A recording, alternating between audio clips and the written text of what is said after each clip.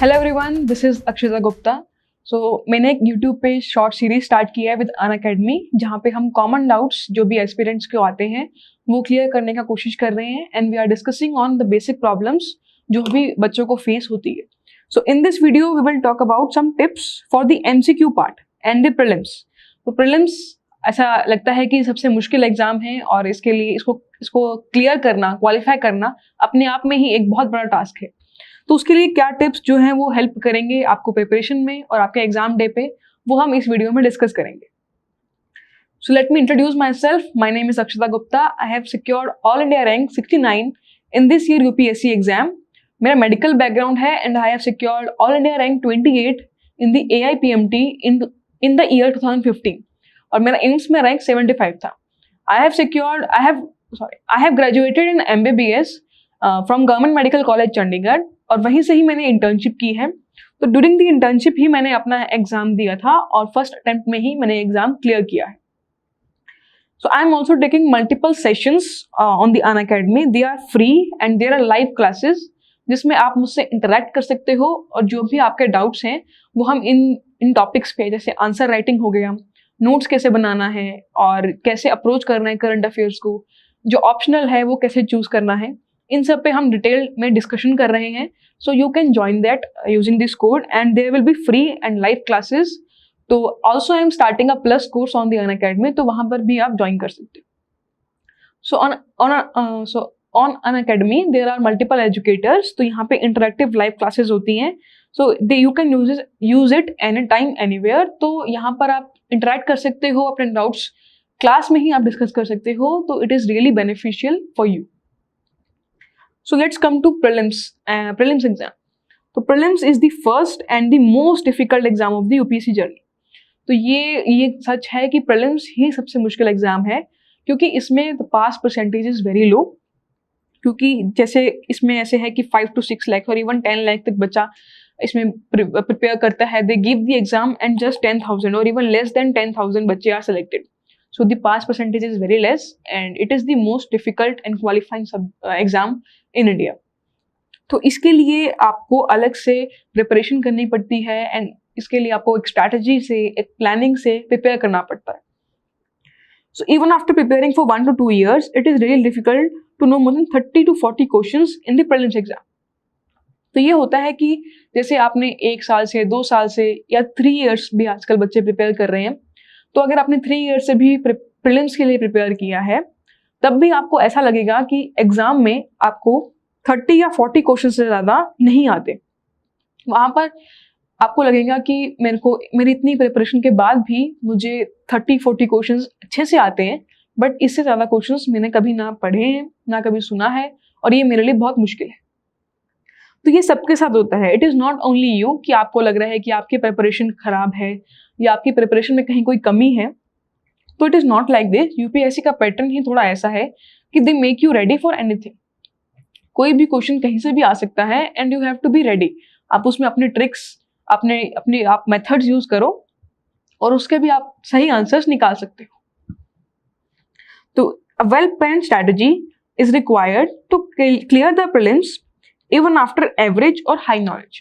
तो अगर आपकी नॉलेज बिल्कुल एवरेज है या बहुत अच्छी भी है, तब भी एक आपको क्लियर प्लान स्ट्रैटेजी चाहिए इस प्रीलिम्स को क्लियर करने के लिए।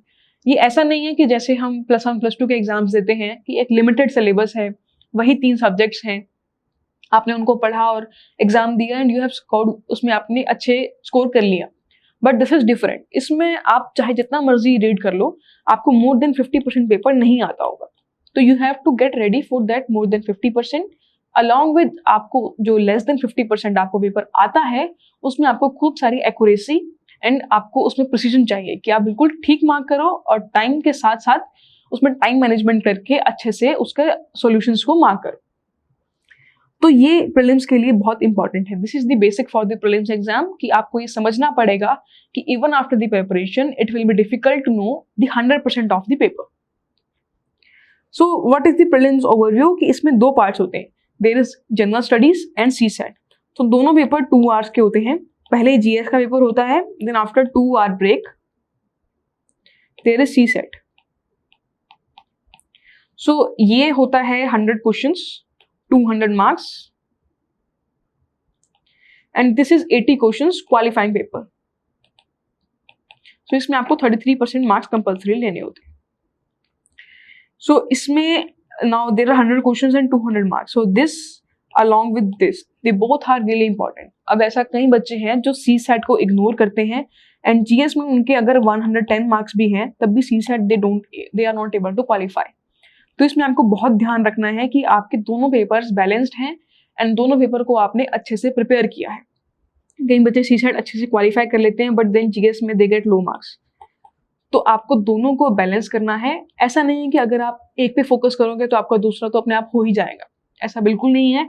आजकल सी सेट एंड जीएस दोनों पे बहुत इंपॉर्टेंस देने की जरूरत है। So now first coming to the GS paper. तो जनरल स्टडीज पेपर के सब्जेक्ट्स एंड बेसिक्स आपको पहले से ही पता है कि उसमें बेसिक सब्जेक्ट्स वही polity, economics, history, environment, science and tech, geography, culture and current affairs, ये सब्जेक्ट्स हैं। तो ये सब्जेक्ट्स आपको प्रिपेयर करने हैं। करंट अफेयर्स यूजुअली 1 ईयर का रहता है एंड इन सब्जेक्ट्स का बेसिक सिलेबस रहता है। तो वो एक बार आप यूपीएससी के वेबसाइट पे जाके उनके सिलेबस से निकाल सकते हो एंड देन उसके बेसिक्स आप सिलेबस और प्रीवियस ईयर क्वेश्चंस के हिसाब से अपनी प्रिपरेशन कंप्लीट कर सकते हो। इससे आपको एक आइडिया लग जाएगा कि क्या पूछा जाता है। So now there are 100 questions in 2 hours. 2 घंटे में आपको 100 क्वेश्चंस कंप्लीट करने हैं। Time management is the key here. तो ऐसे काफी बच्चे होते हैं जिनका 2 आवर्स में भी पेपर कंप्लीट नहीं हो पाता, तो वो एकदम हरीनेस बहुत जल्दी में कुछ क्वेश्चंस गलत कर देते हैं। तो you have to maintain your time as well as accuracy. अब अगर आपको 100 क्वेश्चंस करने हैं तो उसमें ऐसा नहीं है कि आप 50-60 क्वेश्चंस बहुत अच्छे से कर लो एंड लास्ट के 40 क्वेश्चंस में आप बहुत जल्दी जल्दी करके उसके आंसर्स खराब कर दो, क्योंकि इसमें देयर इज नेगेटिव मार्किंग। तो नेगेटिव मार्किंग से आपके मार्क्स कम हो जाते हैं। तो you have to maintain your time properly कि आप 100 क्वेश्चंस को इक्वल टाइम दे सको। जो आपको आते हैं वो आपके श्योर हो, उस पर आप थोड़ा जल्दी अटेम्प्ट कर सकते हो, लेकिन जो आपको नहीं आते हैं उनको आप थोड़ा डिले करके थोड़ा सेकंड रीडिंग में, थर्ड रीडिंग में उसको अटेम्प्ट कर सकते हो, या सोच सकते हो कि आपने वो छोड़ना है या अटेम्प्ट करना है। सो time management is really important. कोशिश करो कि आप एटलीस्ट अपना पेपर 2 बार रीड करो उन 2 घंटों में। So you have to make sure कि आप अपना पेपर एटलीस्ट कंप्लीट करके आओ। Same for the CSAT. CSAT में टाइम का बहुत इशू रहता है। मतलब I have seen many people जिनका सी सेट पेपर पूरा नहीं हो पाता। तो उसमें 80 क्वेश्चंस हैं तो दे अटेम्प्ट 45-40 ऐसे अटेम्प्ट होते हैं। तो इसमें मार्क्स बहुत कम आने के चांसेस हो जाते हैं, क्योंकि कॉम्प्रिहेंशंस आर वेरी रिस्की। आप उसमें जो भी मार्क करोगे तो वो आपको लगेगा कि ठीक है, बट देन उसका आंसर कुछ और निकल सकता है। So you have to make sure कि आप सी सेट के पेपर में अच्छे नंबर में क्वेश्चंस अटेम्प्ट करके आओ। उसके लिए आपकी स्पीड बहुत अच्छी होनी चाहिए। आपको कोशिश करो कि आप एटलीस्ट उसके 1 आवर में आप एक बार पेपर को रीड कर लो एंड उसके जो भी क्वेश्चंस आप आते हैं वो आप फिनिश कर लो एंड देन लास्ट के हाफ आवर या 45 मिनट्स में आप पेपर को दोबारा रीड कर सकते हो और जो भी आपके लेफ्ट ओवर क्वेश्चंस हैं आप उनको सॉल्व कर सकते हो। तो ये सब आपको प्रैक्टिस से पता चलेगा। So again this is like attempt all those first in which you are absolutely sure. जो आपको बहुत अच्छे से आते हैं वो आप पहले अटेम्प्ट करो, क्योंकि उसमें आप मार्क्स गेन कर सकते हो। उसमें आपके मार्क्स आने के चांसेस भी ज्यादा हैं एज कम्पेयर टू दोस्त जो आपको डाउटफुल लग रहे हैं, या जो आपको लग रहा है कि इसमें मेरे मार्क्स, मुझे लगता है कि ये गलत होगा, तो उनको आप बाद में अटेम्प्ट करो। जो बिल्कुल आपको अच्छे से आते हैं वो आप पहले अटेम्प्ट करो। And in the next reading, जब आप सेकंड रीडिंग दोगे, मतलब एक बार आपने पेपर कंप्लीट कर दिया एंड देन आपने जो आते थे, मान लो आपको 40 क्वेश्चंस आते थे, आपने वो अटेम्प्ट कर लिए। Now you are left with 60 questions, तो आप दोबारा से पेपर को रीड कर रहे हो। So in the next reading do those which are doubtful. तो अब आपको जो लगता है कि डाउटफुल है कि इसका आंसर ये हो सकता है, या इसमें 2 ऑप्शंस में से एक आंसर हो सकता है, या इसका आंसर मुझे ऐसा लग रहा है, तो इस तरह के डाउटफुल क्वेश्चंस आप नेक्स्ट रीडिंग में कवर अप कर सकते हो। तो इसमें एक चीज इंपॉर्टेंट है कि लास्ट डे रिविजन फिर चाहे वो मैप्स की हो, डायग्राम्स की हो, या इंपॉर्टेंट फैक्ट्स की हो, last day revision is very important. अगर आप एक दिन पहले इन चीजों को रिवाइज नहीं करते हो तो आपको इन चीजों को याद रखना बहुत मुश्किल हो जाता है। तो इसीलिए आप शॉर्ट नोट्स अपने साथ रेडी रखो प्रीलिम्स के लिए, जो ऐसे नोट्स हों जिनको आप लास्ट डे पे अगर रिवाइज करो तो they will help you gain confidence. तो अगर उसमें से एक भी ऑप्शन आ गया तो आप उसको एलिमिनेट कर सकते हो। या डायरेक्ट क्वेश्चन आ गया तो उनको आप एलिमिनेट करके या उनको आप यूज करके आंसर तक पहुंच सकते हो। तो मैप्स इसमें बहुत हेल्प करते हैं क्योंकि मैप्स एक विजुअल प्रेजेंटेशन होते हैं, तो वो विजुअल प्रेजेंटेशन आपको हेल्प करती है उसके आसपास का कोई भी क्वेश्चन आए तो उसको आप इजीली सॉल्व कर सकते हो। तो मैप्स हो गए, डायग्राम्स हो गए, ये सब आपको बहुत हेल्प करेंगे अगर आप 1-2 दिन पहले इसको रिवाइज करके जाते हो। But do finish the revision a day before and relax yourself for the day. तो अब अपने जो एग्जाम डे पे है उस पर आप बिल्कुल रिलैक्स करो। जिस एग्जाम डे की टिप्स पे मैंने अलग से एक वीडियो बनाया है, आप उस पर देख सकते हैं कि एग्जाम डे वाले दिन कैसे अपने आप को हैंडल करना है और कैसे स्ट्रेस से बचना है।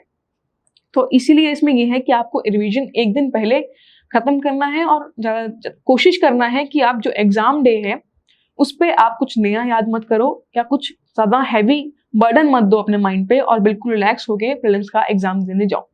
जितना आपने प्रिपेयर करना था आपने ऑलरेडी उसको प्रिपेयर कर लिया है and now you will be able to handle it very well. So do analyse your score in the prelims mock test. तो मॉक टेस्ट का रोल बहुत अच्छा रहता है प्रीलिम्स में।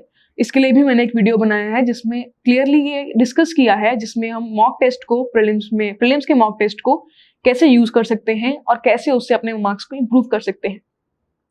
तो इसमें हम कैसे इम्प्रूव कर सकते हैं कि आपने कोई मॉक टेस्ट दिया, अगर स्टार्टिंग में उसमें आपके मार्क्स 30, 40 या 60 तक आ रहे हैं तो यू विल नो कि आपकी प्रॉब्लम है, आपकी रिवीजन में प्रॉब्लम है या आपकी लर्निंग में प्रॉब्लम है या आपकी अटेम्प्टेशन ठीक नहीं है। तो उसके लिए आप ये कर सकते हो कि आप अपने आप को अपनी गलतियों को निकाल सकते हो and you can make them correct by noting them now. मतलब कि आपकी कोई गलती है, जैसे आप करेक्ट इनकरेक्ट को गलत पढ़ रहे हो या आपको कोई फैक्ट्स कम याद हैं, तो आप उन टॉपिक को दोबारा से रिवाइज कर सकते हो। तब आपको पूरा सब्जेक्ट दोबारा रिवाइज करने की जरूरत नहीं रहेगी और जो भी आपका टॉपिक में प्रॉब्लम है वो आप दोबारा करके रिवाइज करके खत्म कर सकते हो। So you have to analyse your score in the prelims mock test. और स्टार्टिंग में आपको डरना नहीं है कि आपके कम मार्क्स आ रहे हैं, धीरे धीरे ये इंप्रूव कर जाते हैं टुवर्ड्स द एंड। तो मॉक टेस्ट जरूर दो। मैंने ऑलमोस्ट अपने टाइम पर 30-40 मॉक टेस्ट दिए थे जिनसे काफी हेल्पफुल रहा। जो भी उसमें गलतियां होती थी वो मैंने यूज की, उनके अलग से नोट्स बनाए और उनसे मैंने काफी कुछ सीखा। जैसे कई बार हमारे करंट अफेयर्स मिस हो जाते हैं, जैसे न्यूज़पेपर भी पढ़ा और मैगजीन भी पढ़ी लेकिन फिर भी करंट अफेयर मिस हो गया, तो वो टेस्ट सीरीज में आपको मिल जाएगा और वहां से आप उसको नोट डाउन कर सकते हो। एंड देन इसकी मल्टीपल रिवीजन के बाद आपके पास काफी सारा ऐसा मटेरियल रेडी हो जाएगा जो आपने कभी भी प्रिपेयर नहीं किया था। और अगर इसमें से 2-3 क्वेश्चंस भी डायरेक्टली आ जाते हैं तो your hard work will be successful. तो इसीलिए आप हार्डवर्क करने से बिल्कुल मत डरो और कोशिश करो कि जो भी आपको एक्स्ट्रा मिल रहा है टेस्ट सीरीज में उसको आप नोट डाउन करो। Observe the trend with various strategies. और आपको ये ट्रेंड को बहुत अच्छे से मैनेज करना है। जैसे प्रीलिम्स के मॉक टेस्ट में आप क्या कर सकते हो, आप देख सकते हो कि आपको कितने क्वेश्चन अटेम्प्ट करने हैं जिससे आपके मार्क्स ऑप्टिमम आ रहे हैं। जैसे कुछ बच्चे 90+ अटेम्प्ट करते हैं तो उनके मार्क्स 100+ आते हैं। कुछ बच्चे 80 क्वेश्चन अटेम्प्ट करते हैं जो उनको श्योर होते हैं तब भी उनके मार्क्स 100+ आ जाते हैं। तो इसीलिए आपको खुद की स्ट्रैटेजी डिवाइस करनी है कि आपको ज्यादा अटेम्प्ट करने हैं या सिर्फ वही अटेम्प्ट करने हैं जो आपको आते हैं। तो इससे आप खुद की स्ट्रैटेजी बना सकते हो टेस्ट सीरीज के अकॉर्डिंग एंड देन आपको एग्जाम डे पे मुश्किल नहीं आएगी। वहां पे आप जो स्ट्रैटेजी फॉलो करते हो आप उसी को कंटिन्यू कर सकते हो। तो this will help through the test series और प्रीलिम्स के लिए टेस्ट सीरीज बहुत इंपॉर्टेंट रहती है। Now learn to make a strategy. अब स्ट्रैटेजी कैसे बनाना है, you have to analyse how to attempt questions. अब आपको एनालाइज करना पड़ेगा कि आपको क्या स्ट्रैटेजी फॉलो करना है। तो वन स्ट्रैटेजी इज कि आप 90+ अटेम्प्ट करो। तो उसमें अगर कुछ गलत भी हो गया, अगर 20 क्वेश्चन गलत भी हो गए, still you can score 100+। Second strategy is अगर आप 80 या लेस देन 80 अटेम्प्ट कर रहे हो तो उसमें से अगर आपके 5 या 2-3 गलत हुए देन यू कैन स्कोर 100+। तो इस तरह से आप अपनी स्ट्रैटेजी डिवाइस कर सकते हो और कोशिश कर सकते हो कि आप अपनी स्ट्रैटेजी को मेन एग्जाम में यूज करके 100+ को टारगेट कर सकते हो। बाकी अलग स्ट्रैटेजीज हाउ टू अटेम्प्ट ये होता है कि कुछ बच्चे फर्स्ट रीडिंग देते हैं एंड फर्स्ट रीडिंग से जितने, जैसे अगर आपने 40 क्वेश्चन अटेम्प्ट किए उनको अच्छे से मार्क कर देते हैं। देन सेकंड रीडिंग होती है, सेकंड रीडिंग में आपने 80 क्वेश्चंस टोटल अटेम्प्ट कर दिए, मतलब 40 और अटेम्प्ट कर दिए। Now you have 80 questions marked, then you can give third reading. तो उसमें आपने 90 क्वेश्चन अटेम्प्ट कर दिए। So this can be strategy. It is better than अगर आप एक क्वेश्चन आपको नहीं आता और आप वहीं पर अटक गए हो एंड आपने पूरे 2 घंटे में सिर्फ 80 क्वेश्चन तक ही रीड किया, आपने बाकी के 20 क्वेश्चन रीड नहीं किए। तो इससे अच्छा है कि जो आपको पहले आता है आप वो अटेम्प्ट कर दो, ताकि आपका टाइम सेव हो जाए और आप उसको यूटिलाइज कर सको। How many to leave and how many to mark blindly. अब ये जरूरी रहता है कि आपको जितनी मर्जी आप प्रिपरेशन कर लो, आपको मोर देन 40 क्वेश्चंस नहीं आते होंगे, तो उसके लिए आपको स्ट्रैटेजी डिवाइस करना पड़ेगा कि आप उन क्वेश्चंस को कैसे हैंडल करोगे। अब आप उन क्वेश्चंस में 50-50 में मार्क कर सकते हो, या जो ब्लाइंड क्वेश्चंस होते हैं उनको आप छोड़ सकते हो। जैसे आपने कोई क्वेश्चन बिल्कुल ही नहीं पढ़ा या उसके बारे में आपको कोई नॉलेज ही नहीं है, तो आप उनको लीव कर सकते हो, क्योंकि इसमें नेगेटिव मार्किंग रहता है। तो इन क्वेश्चंस को आपने लीव करना है, 50% को आप मार्क कर सकते हो। या जो भी डाउटफुल होता है तो कैसे उनको अटेम्प्ट करना है, कैसे उनको हैंडल करना है, ये सब आपको प्रैक्टिस से पता चलेगा। तो ये स्ट्रैटेजी आपके पास एग्जाम से पहले होनी चाहिए। एग्जाम से पहले आपको पता होना चाहिए कि आप कितने क्वेश्चंस अटेम्प्ट करोगे, आप कैसे जो नहीं आते क्वेश्चंस उनको हैंडल करोगे, और आप कितने क्वेश्चंस पहली बारी में कर सकते हो, कितने सेकंड टाइम में, कितनी रीडिंग आप दे सकते हो। ये सब आपको ड्यूरिंग द मॉक टेस्ट या ड्यूरिंग द प्रिपरेशन तैयार करके रखना पड़ेगा। Then again this thing is very important, never get disheartened by a poor score in the mock. Mocks में आपके स्कोर कम आ सकते हैं, कुछ मॉक्स बहुत डिफिकल्ट होते हैं, कुछ बहुत ईजी होते हैं, तो स्कोर फ्लक्चुएट कर सकता है। Instead be happy that you will get to learn a lot from that test. अब ये बहुत इंपॉर्टेंट है, अगर आप एक टेस्ट में यहीं पर ही टेस्ट सीरीज में ही 200 में से 180 मार्क्स स्कोर कर रहे हो, तो आपको उस टेस्ट से कुछ गेन नहीं हुआ। तो उसमें बहुत इजी क्वेश्चंस थे जो आपने अटेम्प्ट कर लिए, उसमें आपको कुछ नया सीखने को नहीं मिला। लेकिन अगर आप टेस्ट में 180 ऐसे मार्क्स ले रहे हो, तो आपके पास मोर देन हाफ क्वेश्चंस ऐसे हैं जो आपके लिए नए हैं, जिसमें से आप काफी कुछ सीख सकते हो। तो इंस्टेड बी हैप्पी, आप डिसहार्टन मत हो कि अगर आपके मार्क्स कम आ रहे हैं, आपसे प्रिपरेशन नहीं हो पा रही है, तो ऐसा नहीं सोचना है। आप बस टेस्ट में से रिवर्स लर्निंग की स्ट्रैटेजी यूज करके वहां से सॉल्यूशन नोट डाउन करके अपने नोट्स कंप्लीट करो, ताकि ये क्वेश्चन अगर दोबारा आए तो वो सेम मिस्टेक दोबारा ना हो। अगर आपने एक बार क्वेश्चन अटेम्प्ट कर लिया और यही क्वेश्चन या इससे मिलता जुलता कोई सिमिलर क्वेश्चन एग्जाम में आता है, तो वो गलत नहीं होना चाहिए। तो इस तरह से आप अपनी स्ट्रैटेजी डिवाइस कर सकते हो और आप इतनी प्रैक्टिस कर सकते हो कि आपको प्रीलिम्स का एग्जाम काफी इजी लगने लगे। So you have to target 100+ in the mocks. कोशिश करो कि आप अपने मॉक्स में 100+ का टारगेट लेके चलो। अगर आपके मॉक्स में अच्छे मार्क्स आ रहे हैं तो आपके प्रीलिम्स में भी काफी अच्छे मार्क्स आ सकते हैं। बट अगर आप अपने मॉक्स में ही 60 की रेंज में हो, तो इट इज रियली डिफिकल्ट कि आपके एक्चुअल एग्जाम में मोर देन 100 आएंगे। तो you have to make sure कि आप अपने टेस्ट सीरीज को, अपने जो भी आप टेस्ट दे रहे हो, उनको एक्चुअल एग्जाम मान के चलो और अच्छे से प्रिपेयर करके अपने टेस्ट को दो, ताकि आपका स्कोर जो है वो आपको एनालिसिस करने में हेल्प करे कि आपकी प्रिपरेशन कहाँ पर स्टैंड करती है। So you have to frame your own strategy for attempting. अब ऐसा नहीं है कि अगर कोई बच्चा 90+ अटेम्प्ट करता है तो आपको भी इतने ही अटेम्प्ट करने। ऐसा नहीं है कि अगर कोई बच्चा 60 अटेम्प्ट कर रहा है उसके फिर भी 120 मार्क्स आ रहे हैं, तो ऐसा नहीं है कि आपको भी वही सेम प्रोसीजर फॉलो करना है। You have to follow your own strategy by practising and attempting. बिना क्वेश्चन पेपर किए, बिना क्वेश्चन प्रैक्टिस किए आप ये स्ट्रैटेजी अडेप्ट नहीं कर सकते। आपको ये स्ट्रैटेजी खुद के लिए ही बनानी पड़ेगी, एंड ये आपकी खुद की अपनी स्ट्रैटेजी होगी। आप किसी को डायरेक्टली फॉलो नहीं कर सकते इसमें, वो आपके लिए बेनिफिशियल नहीं रहेगा। So if you are 50% doubtful, you can mark it, there are high chances it can save you. अगर आपको कोई क्वेश्चन में लगता है कि आपके 1 और 2 ऑप्शंस बचे हैं, इन दोनों में से ही कोई आंसर होगा, तो आप उसको जरूर मार्क कर दो, क्योंकि इसमें काफी ज्यादा चांसेस हैं। देयर आर 50% चांसेस कि आपका क्वेश्चन का आंसर ठीक होगा। तो इसमें इन चीजों में आप रिस्क ले सकते हो। That I used to take risk. मुझे लगता था कि मैं, अगर मेरे 50% वाला क्वेश्चन कोई है तो मैं उसको मार्क कर रहा हूँ, क्या पता ये ठीक भी हो जाए और मेरे मार्क्स इंप्रूव हो जाए। तो जैसे प्रीलिम्स का एग्जाम था तो उसमें 40 क्वेश्चन से ज्यादा नहीं आते थे, but I attempted 93 questions in that exam. तो उसके लिए आपको स्ट्रैटेजी बनानी पड़ेगी कि कैसे आप उन क्वेश्चंस को अटेम्प्ट करोगे जो क्वेश्चंस आपके लिए नए हैं या जो आपने नहीं पढ़े, और जिसमें आपको थोड़ा लॉजिकल सोच के उसका आंसर मार्क करना है। काफी ट्रिक्स होती हैं, जैसे कि एलिमिनेशन, आप ऑप्शंस को एलिमिनेट कर सकते हो, तो वहां से आप इस स्ट्रैटेजी को यूज कर सकते हो। या फिर आप काफी ट्रिक्स लगा सकते हो कि आपको डाउटफुल लग रहा है तो आप ऑप्शंस में से देख के फिर क्वेश्चन का आंसर निकाल सकते हो। तो इस तरह से आप काफ़ी ट्रिक्स यूज़ करके, जो कि आपको प्रैक्टिस करते वक्त काफ़ी खुद से ही डिवाइस हो जाएंगे, आपको खुद को मिल जाएंगी कि ये ट्रिक मैंने इसमें यूज़ की थी और मेरा ये ठीक हो गया था, तो यहाँ पे भी मैं ये यूज़ कर सकती हूँ। So now coming to CSAT, this was the GS, जो भी जनरल स्टडीज़ का पेपर होता है। तो जनरल स्टडीज़ के पेपर में यूजली कट ऑफ रहती है, it depends on the relative strength, कि अगर पेपर ईजी है तो वो कट ऑफ ज़्यादा जा सकती है, और अगर पेपर मुश्किल है तो वो कट ऑफ कम भी जा सकती है। तो इट इज़ ऑल रिलेटिव। ऐसा नहीं है कि अगर पेपर मुश्किल है तो वो सिर्फ आपके लिए मुश्किल है, सबके लिए पेपर मुश्किल है, उसकी कट ऑफ कम जाएगी।